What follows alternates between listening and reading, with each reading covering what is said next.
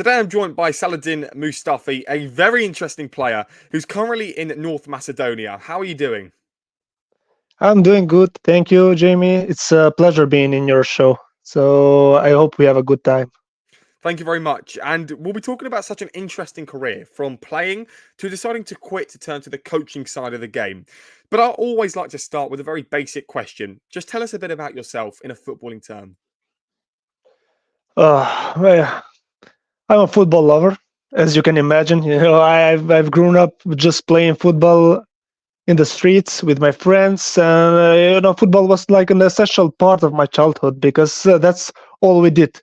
I went out in the morning and I came back as the dark as the sun set. I came back home, but every day playing football, playing football, playing football. And at the beginning, I didn't train in a professional team. I was like a good goalkeeper in the streets, in my neighborhood. And one of my friends, he was playing football, and he told me, you know what, we need a good goalkeeper in our team. I was 11, I think, at that time.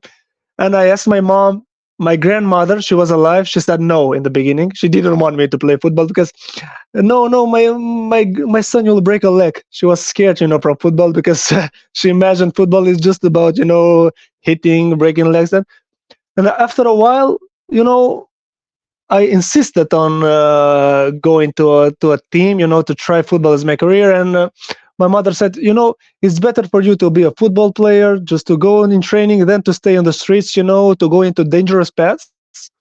So she convinced my dad, and yeah, I started from 11 years old in FC Renova. It's called KF in Albanian. It's Klubi Futbolistik, which means Football Club Renova. And I spent a lot of my life there. So I basically 6 years in the youth school and 6 years in the first team. So football, that's for me. I started as a goalkeeper. In the meantime, as I trained, as years passed by, I started to think more about becoming a player because I was very good at freestyle. And in the streets, at school, I would always do freestyle. People would gather around me, like Joga Bonito, because in that time, Ronaldinho was, making the headlines every day. So, and Ronaldinho was like my, how can I say, my hero. I even wanted to look like him, even though that's impossible. But when I was young, you wanted to do. I did everything that I like Ronaldinho. I knew his height, his weight, his birthplace, his everything. And one day I am going to my coach and I say, Coach, you know what? I want to change. I want to become a football player. He said, look at me, go back to the goal. And that was it. He didn't even, just let me continue my talking. He just pointed at the goal. You go there. That's finished.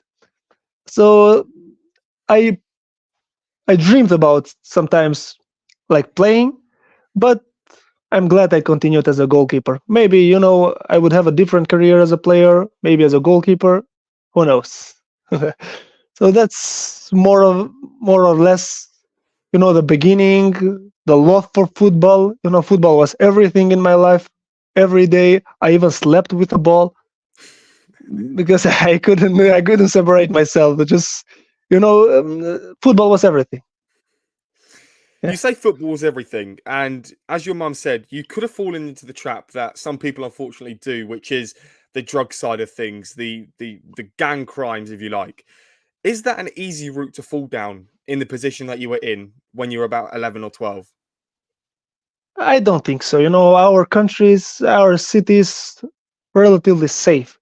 It's not like I'm gonna go to such a bad path that it can be, to lead to drugs, to criminals or something. No, no. What might have I done? I might not have discipline in my life if I have continued the path without football. Because earlier in Yugoslavia, my dad and the elders, they went to military. But now we don't have military, so football is some kind of, when you start to grow up and become like a man, you respect hierarchy, you have discipline in your life, you don't have time to go around, to waste time. So you go to school, you come back from school, you go to football, you come from football, you play a bit with your friends, and more or less that's it. It's not a dangerous place, but I cannot say that it's absolutely safe. There are now it's a bit difficult. Earlier it was everyone knew each other, but now the city is getting bigger. Influences from outside. The musics today, the songs, they all talk about those kind of things, and maybe now it would be easier to fall in those kind of traps, but in my time, not as much. But I thank God, that my mom made it possible for me to join football, because otherwise, I would be only in school. I would not have my health like I have now, my athleticity, my agility. I have everything, even though I'm not active football player for 4 years. I think now I'm a coach. You started to play football properly at the age of 12, and you were mentioning that you played in the streets, which is an amazing thing for a lot of people where they really get into the game. However, when you started at the age of 12, there must have been a bit of realization that you're now in a proper team, or you're in a team that you weren't in before. But before that, let's just move back to before that, when you were really young, 6, 7, 8. What were you doing then? Were you just playing football in the streets, and why did you decide to join a team? We don't have those categories in our football system. The earliest you can start is under 8. Then, when I was 7 years old, we didn't have even the under 10s. The minimum you could join was under 13, I think, under 12. So at the age of 6, 7, I would play all the time. I wasn't a goalkeeper. I loved playing. I had speed. I had technique. I had dribbling. We would put our goals with stones, and every day, repeat the same, repeat the same. So at that age, you don't know what are you doing. You don't know the techniques and the dictionary of football. You just take the ball, try to put it in goal. As simple as that. And we had some different games that we played. So, example, we play 2 against 2 with one goalkeeper. So you have to both teams can score to the same goalkeeper. We had a game called One Touch. You have only one touch. So we play 3 of us and a goalkeeper. So if you score, you have to score 10 points. And in the end, if you score to the goalkeeper 10 points, he would turn around and we would hit him with the ball. So that's like some sort of punishment. If you hit the ball outside the goal, it would be like, you go inside the goal and you change all the time. So those were the games. But when I hear now the football legends, the football coaches, they say that was the best thing to learn technique, because you have one touch, you have three players, you have 3 versus 1. When you play 2 versus 2, you have 2 players, you have a double pass, you have the through balls, you have everything, and it's all played in tight spaces. So you have to think fast, you have to react fast, and that was the most I can do about football. Then, as I grew up, I realized that football as a profession is something that I could consider. Your family were actually professors. Maybe that was the science industry or whatever it may have been. And you said that did influence you later down the line to go into coaching. And you said it was a bit easier to get the role because they were professors. Could you just explain what you mean by that? Can you repeat that question again? Excuse me? You said that your family were professors, right? Oh, yeah, And yes. just explain to us what you mean by that, and how that helped you later down the line. What I meant is that as a coach, you are some sort of professor. You teach people things. So that it was easier for me when I started to work with the younger generations in the Academy of Shkendija. So it was like we had it in us, my family, my sister, my dad, my younger sister, my grandfather. So it's easier for us to transmit what we know, to transmit our knowledge and our experience to the younger generations.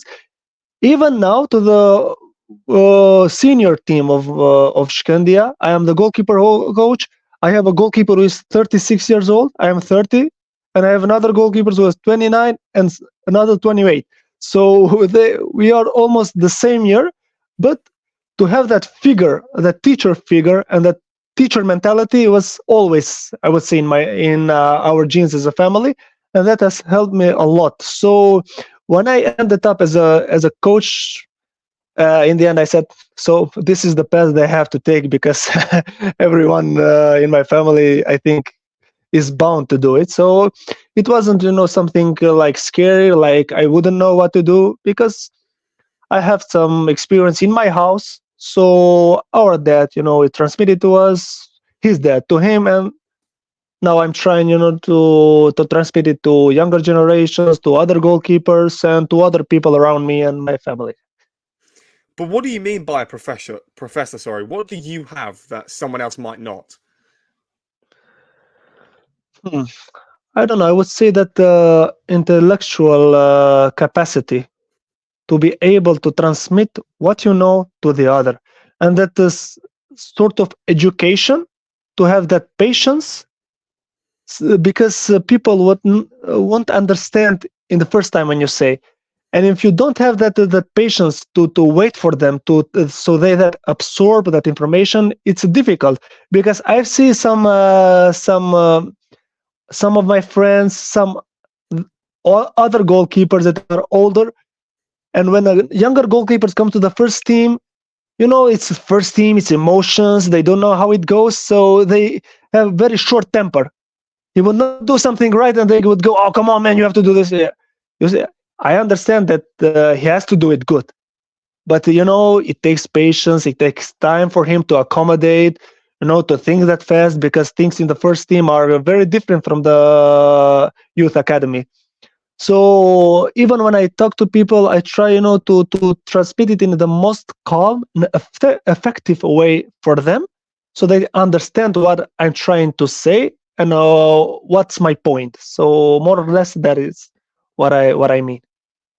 Later down the line, so today, for example, you are now a goalkeeper coach, and we'll talk about this later on. But I just wanted to ask, when you're a goalkeeper coach or a specialist coach in a defensive or an attacking mindset, do you talk to the other people in the team, or do you just spend the time with the goalkeepers?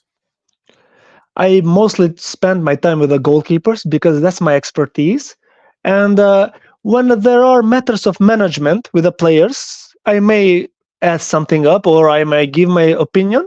But I mostly stick to the goalkeepers, because that's where I feel that I can do the most. Sometimes, usually very, very few times, but I may add up something, not in the tactical part, but mostly in the managing part of the team. Because when you have something of a problem, and I know something from before, something that has happened to me, and I think that could affect the team better, then I express my opinion. But usually I stick to goalkeepers, because I think we are 6 coaches, and only I am for the goalkeepers, and there are 5 others for the players. So I don't want, to pass the line of professionalism and interfere in their affairs. So I want to keep my deal of the goalkeepers, and they keep their deals of the players, and we don't interfere to each other. I think it's, in my opinion, is the best. But maybe in the future, I don't know. With more experience, I might change my mind.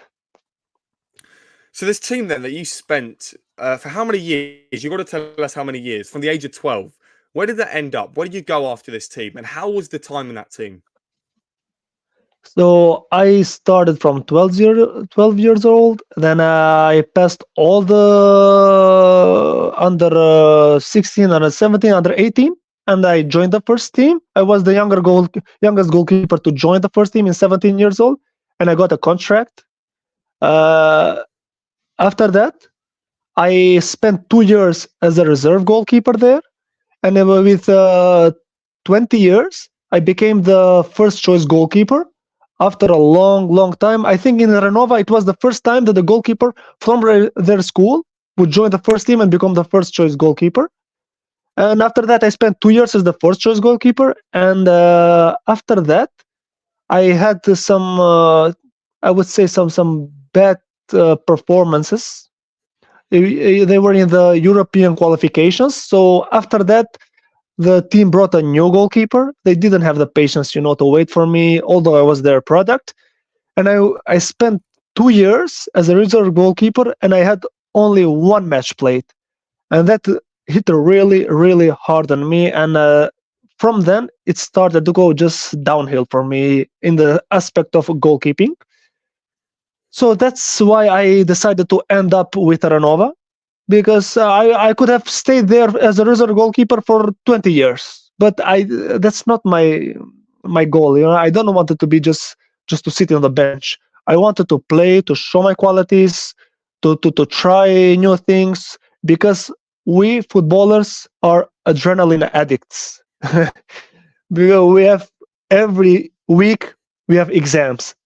So you want every time to feel that adventure, that adrenaline every week. So it was like kind of boring for me just to sit on the bench and to stay on that comfort zone. I wanted to try something new, and that's why I decided to end up things with Renova and to risk something in another team. Was the risk worth it? Because you then moved to a team that we tried to pronounce it. Well, I tried to pronounce it off the radio, and it did not work. So FK Yeah. Tetx, I think. No, it's definitely not that. But That's good. Yeah. You're near. You're close. So talk us about the time that you spent there in more depth. From Renova, I went to Kosovo in a team. It's called FC Lapi, but I spent only 1 month there because I couldn't. It was not the conditions that I expected. So we broke up with them, but I didn't sign the professional contract. But they registered me. So I left Lapi after 1 month, and I went to FK Tetx, and I spent 6 months there because the salaries were very, very low. But I did not care about the salary. I just wanted to have a playing minutes. I want to have playing times, and I had very good 6 months with them. I had some very, very good matches. And after that, call came from Shkendija. Shkendija is the absolute best here especially in the region. So it was like I thought, you could see things can get better. So after 6 months in Tetx, it was a very short period, but after that I joined Shkendija. There is not much that I could tell about Tetx. It was just trainings, matches. It wasn't like some huge impact on my life that I could remember for something special. What was your best memory in terms of playing in front of the biggest crowd or the biggest moment? Because I want to know what the standard of football, the best time that you've played, to the peak of your career. How many fans were you playing in front of? I would say the peak of my career, and when people noticed me, I was I would say the main news all around my region, my city. It was when I played Renova versus Shkendija. I was playing for Renova. I was, I think, 20 years old, and there were approximately 10,000 people on the stadium. The sports news from all over, from Albania, from Kosovo, and everyone was waiting for Shkendija, to decimate Renova. But that match, I had a stunning performance, and from then, I will remember that moment all my life, because in the headlines of a newspaper, it was like Mustafi is the hero of Renova, and I still have that paper with me. I keep it because at that time it was like newspapers, like a paper, not like today that we have portals. And I think that was one of my best performances that I have. I would say around 10,000 people. But that week it was like my how can I say, everyone in the coffees around in the school and my university, everyone would talk about me, would say, everyone in the city would hug me, would say, you all what a save you had. You should come to Shkendija. We want you to be the goalkeeper of Shkendija all the time. We need you. We need a goalkeeper from our city. So that was, I think, the peak of my career. After that, we played against Shkendija because Shkendija has the biggest crowd, the biggest fan base in the region. So we had before we had around 5,000 people almost every match, because Macedonia is a small country and Tetovo is around 100,000 people, but most of them now are going abroad, going to Germany, to Switzerland, to United States, and it's becoming less people are here. Then it was, like a huge euphoria, a huge deal for Shkendija because it was Ecolog, our main sponsor, took over Shkendija. And that's why it was such a hype, because everyone expected Shkendija now to blow up, to enter group stages, to reach the culmination of European football, even though we didn't reach that. But that's why I say it was against Shkendija. When I played in Renova, I had 4 matches against Shkendija. In 3 of them, I was man of the match in the newspaper. So I would say that was the peak. And after that, I haven't had, something of a special match. I've had with Tetx, but I would say no one really cared about if you make saves for Tetx. Take it for example, it's different, to play for Manchester United and to play what I would say some 6th-tier club. Everyone would care about if you make saves for Manchester United and for another, or Liverpool, or I don't.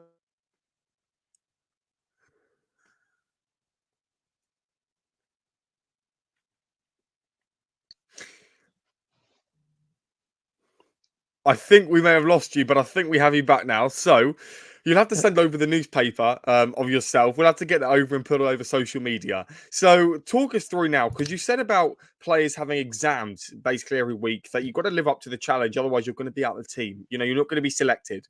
But if we're going to talk about a Manchester United player, there's quite a few of them to choose from. Jadon Sancho, Phil Jones, Tom Heaton, for example. Are these players who don't play for the passion, who play for the money? Because Phil Jones doesn't do a lot, and he's getting a lot of money a year. When you see players like this, it might be where you are, it might be in the Premier League, or it might be in the 6th tier of England, for example. What do you feel like when you see these people and they're just collecting a wage and not playing for passion? To tell that they are not playing for passion, I wouldn't agree on that, because every footballer plays it with passion. Even though they don't play, they train very hard every week, because it's very hard to maintain your physical state and your emotional state and a mental state every time, to keep it high. Because in Manchester United, even though you don't play, you have to give your 110% in training, because you want to be there. You are in one of the best clubs in the world. So you have to live up to the expectation, even in trainings. And what can be better than to get paid and to be in Manchester or Liverpool or something? You don't have the pressure of the match, but you have the privilege to be on those teams. You have the financial part to be on that team. When we talk about our stage of play, I would say, then I would agree with you, because you don't have the financial aspect of Manchester United or Liverpool or Barcelona player. Here, the wages are low, and you have to rethink things, because most of them, they would have a second job and keep football as another option. They would have 2 jobs, so they take money from football, they take money from other jobs, and that's how they have stable finance situations for them. But You spoke. You disagreed with me, but I'm going to give you another example. Calvin Phillips, for example, he was in the summer. It may have been, I think it was last year. He went out all summer, and he came back and deemed unfit by Pep Guardiola. He gained a bit of weight. So then, for someone like that who comes in not mentally ready, not physically ready, what would you say to that? I think he will not be a part of the team for long, because coaches don't want those kind of players. When you select players, you would select even their attitude, their education. So if they are not behaving well and they do not live for the money they take, then they finish their contract. That's it. You go away. You go somewhere else. And when you see, for example, goalkeepers who stick, for example, second choice goalkeeper for Barcelona, it would be for 5 6 years. It means that in training he's very professional. He he's a team player. He always motivates the team, even though he doesn't play. So that's I would say helps them to be in the team. In this case, when you come after I would say after holidays, you've been in a vacation or somewhere, and you come with overweight, and you do not give your 100% even off the pitch, then you would not last much in those kind of teams because everyone wants to be there. So if Manchester City wants to take a player, they will take a player from wherever he is. So you have to think very well when you go to Manchester City because you have to be on top of your game all the time. All the time. Even if you don't play, the coach will test you by not playing because if you don't give 100% when you don't play, they don't want those kind of players. They want the positive energy, positive vibes from everyone. You had to actually go through a 2-year period where you weren't allowed to play due to registration issues. And I spoke to someone yesterday with very similar things that happened to him. He couldn't play for a year either due to that. Talk me through then, because you've come here with that mentality that you have to set these high standards for as a coach to your players or to the other staff around you. When you were younger, a few years ago, when this happened with the registration issue, did you have the same mentality, or has it changed since then? I didn't have the same mentality. It changed a lot through time. When I came to Shkendija, I came with such a hype, with such passion and desire. I am joining the best team, and I would do everything. And then the news came that I could not play, and it was like a very hard hit for me because I didn't know now what to do because I only trained, and even though I would have a good performance in training and good, it's impossible for me to play on Sunday or Saturday. We have very little time in friendly matches because we had a tight schedule. So I didn't have much time even to play in friendly games. Uh, I was low. I would say I was low. I was low feeling psychologically, mentally, emotionally. I was very low. And I started to break down even physically. I couldn't give that what I wanted because the motivation is not the same when you have the chance to play and when you don't have the chance. It was wrong from my side. When I think now, I should have done better. But now as a coach, I see things very, very differently. And I would say in the last 4 years, especially in the last 2 years, I've changed a lot in that aspect of mentality. I've matured a lot, and I see things very differently now that I've seen earlier. Had I seen things like this even in Renova, I think I would be higher as a goalkeeper.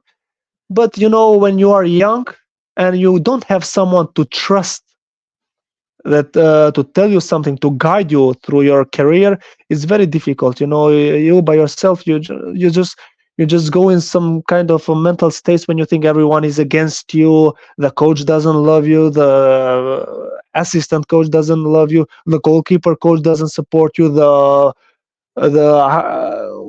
board members of the club don't support you, and you go in such a state, then you think everyone is against you, but in fact it's you. It's all about you.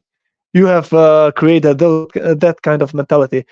And after a few years, now as a coach, when I turn back and I see myself, some things that I've done as a goalkeeper, I say the coach has been merciful to me. Had the goalkeeper do that to me, I would immediately expel him from the team. So it's difficult when you don't have guidance.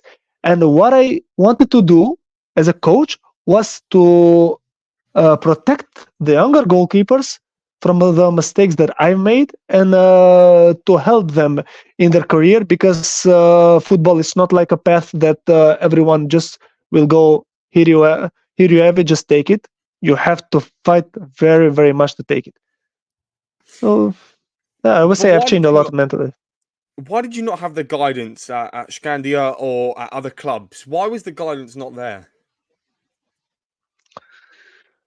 uh, I don't know how exactly how to say it, because I don't want to sound rude sometimes, because the coaches I've had didn't have the I would say mental capacity to, and the intellectual capacity to help me go through that, because they would not educate themselves, and they didn't have access to something that I have now, because now I can communicate with the Bayern München goalkeeper coach, with our I don't know, with all the goalkeeper coaches in those kind of congresses and webinars, and I take from them and I transmit it to my goalkeepers. But they would take that old school style of coaching, because what I say and that's it as a coach. Today we communicate a lot with the goalkeepers, all the time, every training, every match. What do you think about this? What do you think about that? Do you feel good in this? Do you feel bad in this? Do you have a very high intensity? Do you want me to lower it because it's all about the goalkeeper. I am there to serve the goalkeeper, not the goalkeeper to serve me, because in the end he goes into the pitch, he gives the performance, and all the fans love him. No one knows who's the goalkeeper coach of FC Shkendija, but everyone knows the first choice goalkeeper of Shkendija or Nova or every team. Because even if I ask you now who is the goalkeeper coach of Manchester United or who's the goalkeeper coach of Barcelona, I would doubt 1% would know it. So the coaches are very, very important. And the most important thing is for you to believe your coach. Because if you don't believe in your coach, it's very, very difficult, to pass those obstacles. Is your job at risk? Not you particularly, but I'm saying as goalkeeper coaches. I mean, for two reasons here. Because we have got the progress of AI, so that possibly could play a part in your job security. But also, if a coach isn't doing well overall and the team has lost 5 games in a row and they're getting demolished 10-0, for example, in a really weird situation, they're losing 10-0. Is your job at risk? Because if the coach gets sacked, do you go with him? Or can you just get sacked and the coach stays because your goalie's letting in 10 goals? So from the AI perspective, I would not say it's at risk, because it's not just the mechanical part of training. Just you just shoot the ball, shoot the ball, shoot the ball. Because even if with the AI, someone has to shoot the ball. Only I know where to shoot it and how to shoot it and why to shoot it there. The concept of training is very difficult, and the concept that you have, the AI would never have. Even if I put it in his system, it would not work. So AI, I would say, would never substitute coaching. So coaching, I would say, will always be maintained from human side. As for the second, from if the team performs bad, so it depends. It depends from the team. I am, I would say, a boy from this city, and I grew up here, and I joined the team way before this coach. So I've changed 4 head coaches up until now. If I come with a head coach, then there is a big chance that if he goes, I go, because I've come with him. But the position of the goalkeeper coach is, I would say, longer lasting. So we get paid less, but we stay more in a team. The head coaches get paid more, but it's for after 3, 4, 6 months they can get sacked. But goalkeeper coaches usually do not get sacked so oftenly, because it's not. If the goalkeeper performs very bad at the beginning, you analyze the goalkeeper and you see you've had a good goalkeeper, and with the performance of the coach, with his methodology of work, it doesn't have progress. So I think, yeah, you are under the risk of getting sacked. When you're at a club, it could be a club of any size. Do you think that you can change a goalkeeper? Because regardless of how big or small the goalkeeper might be, you got to morph around them. Because I've always been told that. Well, I was actually kind of talking about a music industry, and I was saying, could a singing teacher make the singer the best singer in the world? And the answer is yes, because they just can. Like how good the coaches can implement that on the player, they're going to do a better job. So if there was a 15, 16-year-old goalkeeper that might not be the best, could you make them the best goalkeeper in the world? To say the best goalkeeper in the world, I would not say that you can do it, but you can make him a very, very good goalkeeper. And I've experienced it my first hand now with the first choice that we have. Because when he came to our club, he was in, he wasn't that prepared technically, tactically, and mentally and physically. But with hard work, even from his side, we managed to make him one of maybe the best in the league for the moment. When we talk about the younger generations, I've seen goalkeepers who were in the first time when I went to the academy. I thought about just to tell him, you are not for this job. Find something else. But after 1 year, 2 years, you started to become the best of the academy. But the best in the world is very, very difficult. Also, I would say almost impossible, except for the luck. If he has that kind of luck, to get his career on the way. But mostly, I would say you have goalkeepers who are level 9, and you can make them level 10. And you have goalkeepers who are level 3, and maximum you can make them level 5. I would say level 6. So if he doesn't have it in him, the talent and the working ethic and the mentality to become the best, it's difficult to make him the best in the world. We know that goalkeepers can go until they just their body can't physically do it. But for some, that could be 50. I mean, as crazy that might sound, goalkeepers can go forever. In most cases, anyway, for some people. So when you have a goalkeeper, how late is it for them to start? Can they start being maybe a professional, semi-professional at 21? No, in the moment as football, develops is very difficult. It's very difficult because you have a lot of things included in the job. You have tactical part that is very, very important that every coach wants it now. You have the technical part. You have the physical part. In when you are 21 years old, you are not how can I say shaped to be a goalkeeper, because you cannot maintain that physical form, because goalkeepers have a specific aspect of physical load and physical aspect. So, and even the technique is not easy. It's very difficult to teach the technique to a goalkeeper that is past his puberty. And I would say most lately to start from 15 or 16, the latest one. So what goes more than that? It has to be some extra talent, to make it to the first team. Let's go back on track then to your career. So in a friendly game that you actually realised that you wanted more of more of a role inside the team. You didn't want to be a player, and now we go on to find out that you became a goalkeeper coach. But that's a weird transition, because to be a goalkeeper in itself is very unlikely if you're going to have a broader bracket. But then to go on to be a goalkeeper coach is a speciality, because a lot of people could be a coach in itself. But to have the speciality to be a goalkeeper coach, what was the thinking behind that? But I think in my character, I am better to leading a small pack of people. I can't handle like 30 people to be under my supervision, but with 2, 3, 4, I can do very well. So thinking about that, thinking that I will dealing with goalkeeping for I would say now I will make 18 years in football, and 18 years has been only goalkeeping. and I had the sense, the how can I say, the smell. I could see what is good, what is bad for goalkeepers. And before becoming a coach, the colleague that worked with me, he became my coach. And with him, we had a lot of discussions about goalkeeping, and I saw myself that I could really do it. So when I had the first opportunity, I decided I'm going for coaching.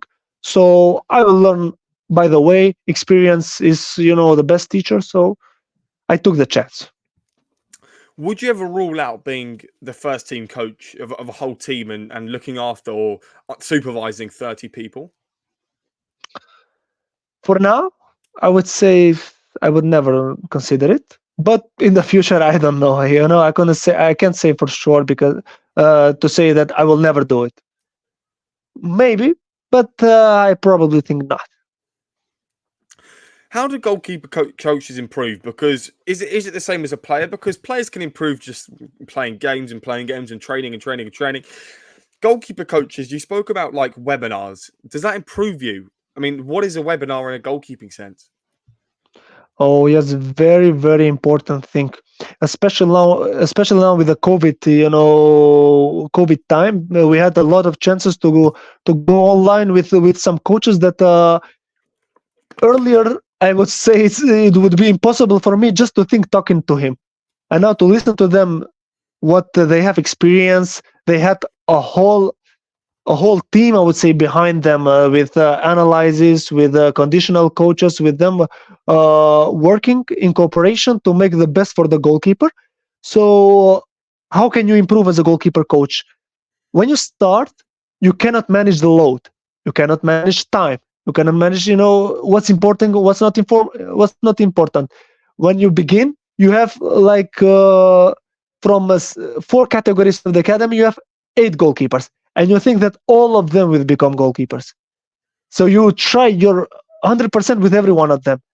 After time passes by, you realize that some of them just simply can't make it because they don't have the dispositions, to make it. So you concentrate on those goalkeepers that are mostly, talented, and that you think they have that star to reach. After that, you have the training sessions. When you start with the training sessions, you just want to kill the goalkeeper, or many shots, many that this.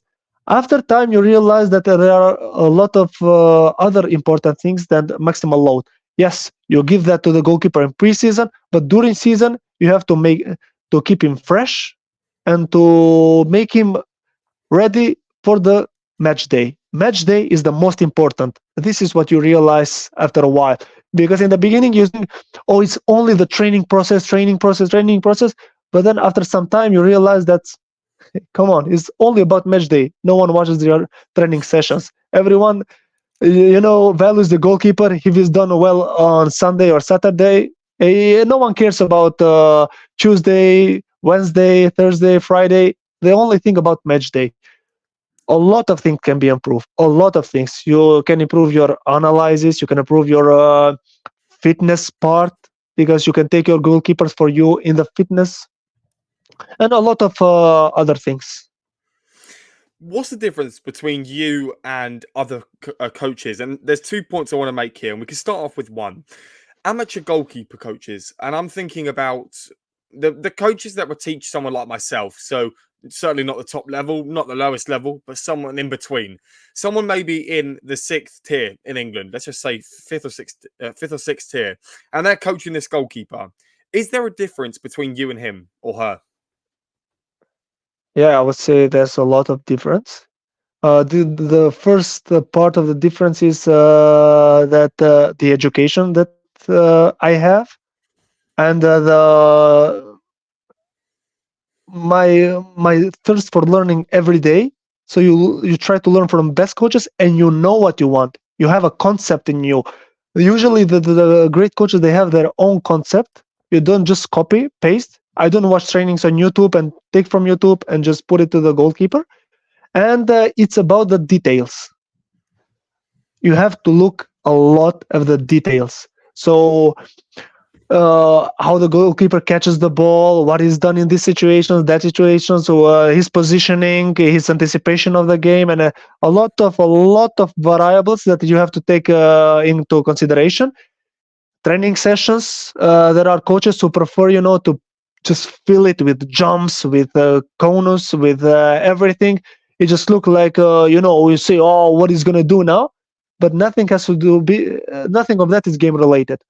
When you see the bigger coaches in the biggest football clubs, they everything make it in a game-based situations. They try to apply reality situations in the game. So I would say yes, there is a lot of difference. Maybe some younger coaches start in lower tiers, then go up the ladder. But if you are older and you've already decided to be in those categories, you have to take a second job because it's not going to pay your bills with just that job, because it's not paid well. So you don't have the time to concentrate only on this profession. You have to open yourself to other opportunities. So me as a goalkeeper coach for a high level club here in Macedonia, I say that I have the luxury to concentrate only on this particular job.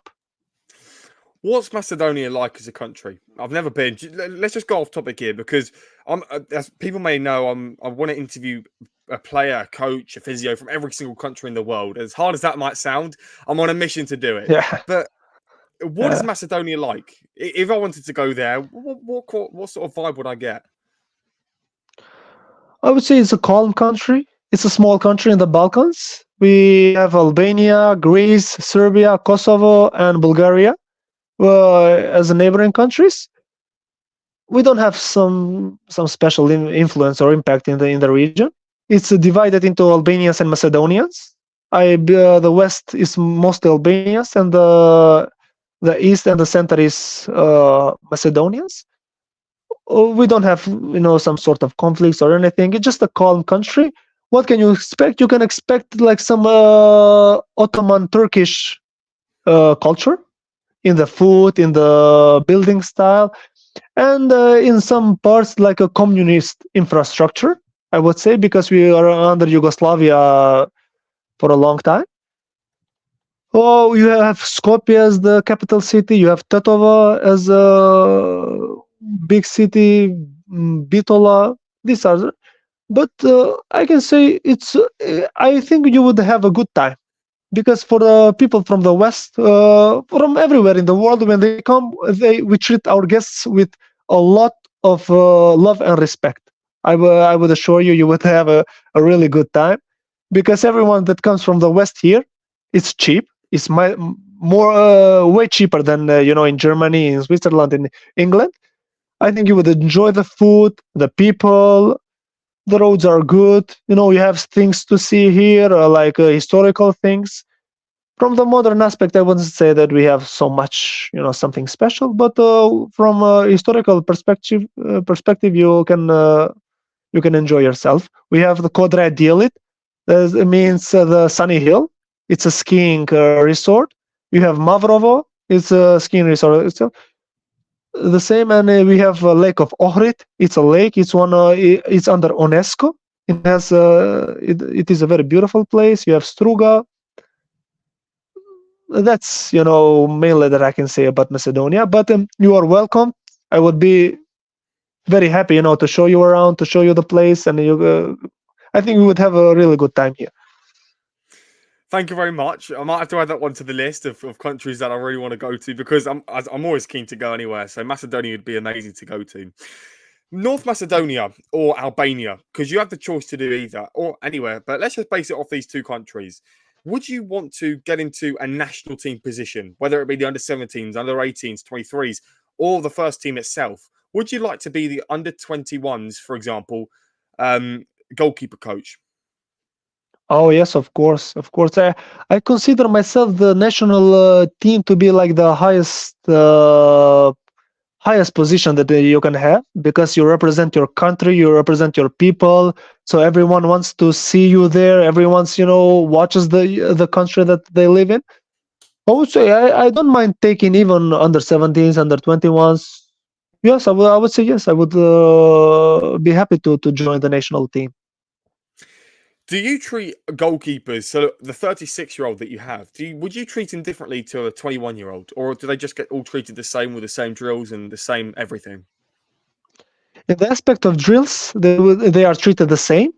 But in I would say in a social relations, I would say you have to treat the older goalkeeper, with difference, because he has seen a lot, he has spent a lot, he has his pride, and you have to respect that. The 21 years old, I would yell at him, I would get angry at him. Sometimes, very rarely, I could only just raise my voice a bit to the 36-year-old, but mostly it's like a friend to friend, like a friendly relation. It's not much like I have that kind of authority over him, because he knows he's a professional. What I say just goes. He doesn't talk to me back. He mostly, he gives sometimes, advices to younger goalkeepers, and I would just listen to him. When he finishes, I might have something up, but the younger ones, I act like in a more aggressive way, but positive aggressive way, I would say, because they are young, they fly with their minds, so I have to keep them in check. And the older ones, you have like that friendly relationship with them mostly. How do you judge a goalkeeper? Because what's the difference between yourself and a Liverpool coach? Because could you just apply to get that role? And do you have a possibility of becoming the Liverpool coach tomorrow? Or was there more work that you've got to do? And if so, do you need more qualifications or more experience? That's a tough question, I would say. But in my dreams, in my I would say my biggest desire is to be the goalkeeper coach of Liverpool, or especially the Premier League. Premier League is like I am not a fan of a particular club. When someone asks me which club do you favor, I say I am a fan of Premier League. I watch the Premier League all the time, I have to admit. And can I be the goalkeeper coach of Liverpool? I would say that's impossible, because where I come from, it's in terms of football, we are very, very, very low in comparison to a coach that comes from Germany or from Spain or from somewhere. So to be a goalkeeper coach in Liverpool, I have from here to go, for example, to Maribor in Slovenia, to Sparta Praga, to Ferencvaros, from there to Hanover, to that. But they have their own schools in the goalkeeping part. So I don't think I would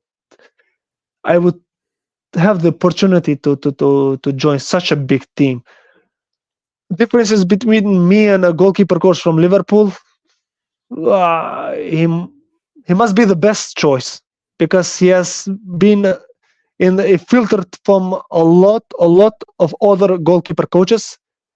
Sometimes you might be lucky to be in the coaching staff of someone that can join the team, but it's very difficult, So,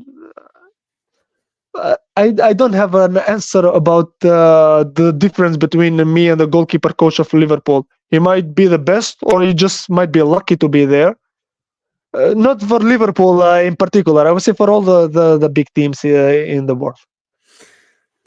I'm not entirely sure how many languages you know. How many do you know?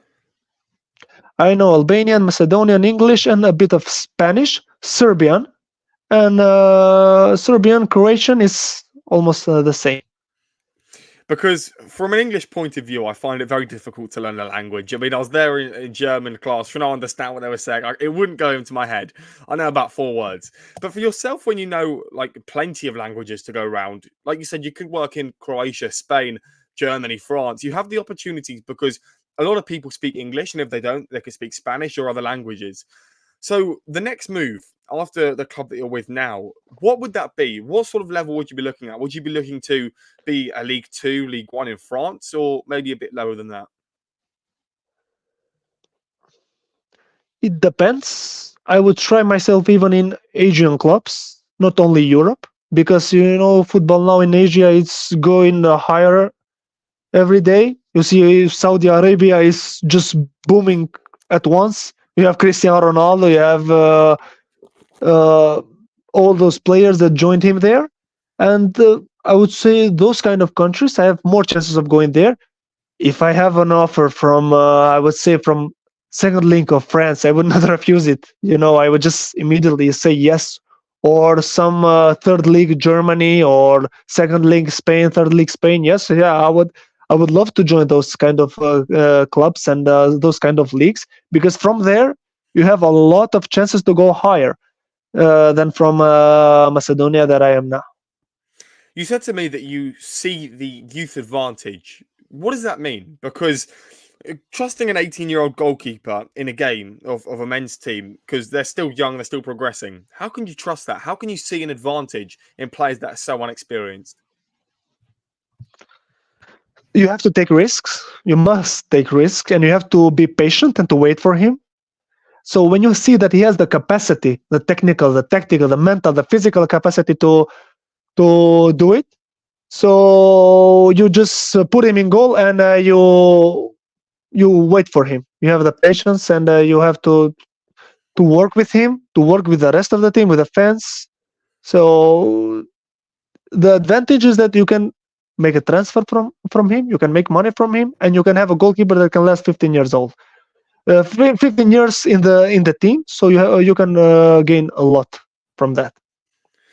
What achievements stick out to you in the coaching side of the game? We've spoken about the youth and growing up, but as a coach, you haven't been doing it for too long. You've been doing it for about four or 5 years. So talk us through the best achievements, the best game, the best bit of advice that you've given to someone. So we have reached the third round qualifications in Conference League, and we played against AEK from Sweden. It was, it's a very good feeling, to play in Friends Arena, 200 million euro stadion.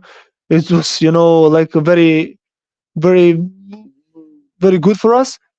And the best piece of advice that what I'm doing with the goalkeeper now that we have to play, that he plays for our team, it was, I always encourage him. I train him in the best way possible to make him, shine on the match day. And I always tell him, just stay in concept, stay in concept. Even though sometimes it doesn't go, just listen to me, because I have listened it to from someone else higher than me, and just enjoy the game, because you won't have this moment again in your life.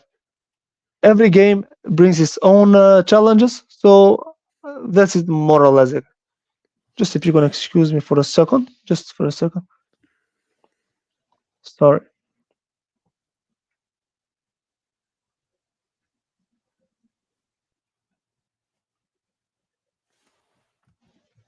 Sorry, I had to. No problem. What advice would you give to aspiring young players that would like to possibly take it professionally? But we know the percentage of players that have the opportunity that can go professional. I think it's like 1% of academy players have the chance to go to professional levels. So what advice would you give to them? You have to be stronger, way, way, way, way stronger mentally than physically. That is my advice, because the path is very hard, but you have to love football and you have to live for football.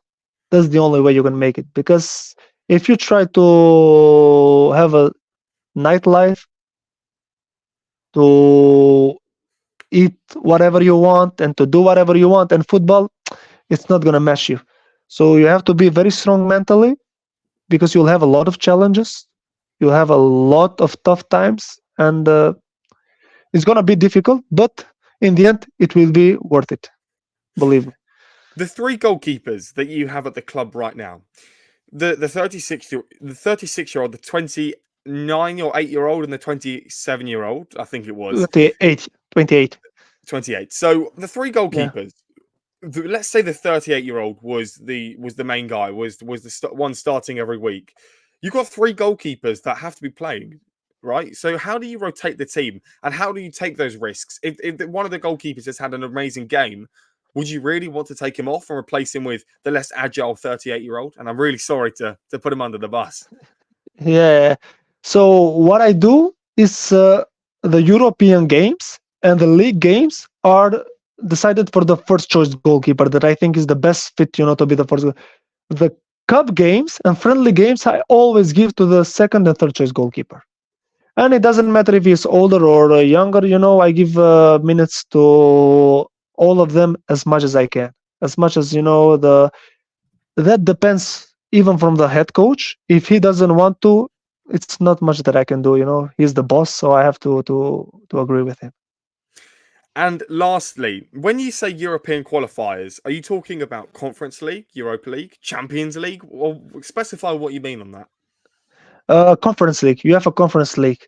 I was part of the team of Shkendija that played against Red Bull Salzburg in playoff of Europa League.